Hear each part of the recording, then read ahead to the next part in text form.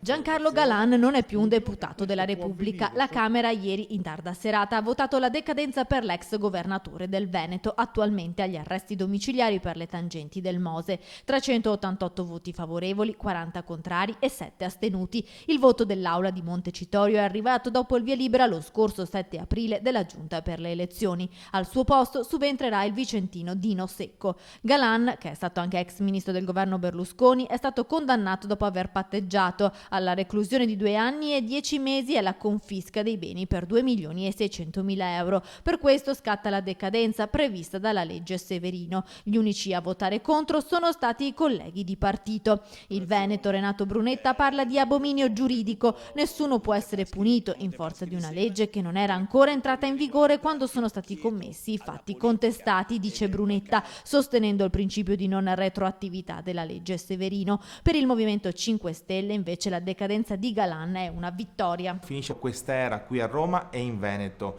un'epoca contraddistinta da troppi scandali, da troppe grandi opere inutili che hanno distrutto in maniera quasi irreversibile il Veneto, il suo ambiente e le sue finanze.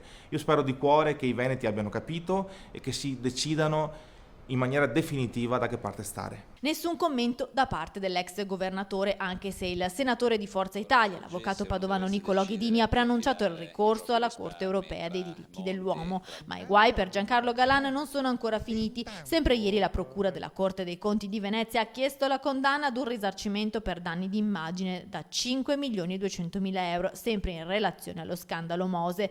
Richiesta presentata dopo che il patteggiamento era diventato definitivo. La Corte dei Conti si è riservata di decidere.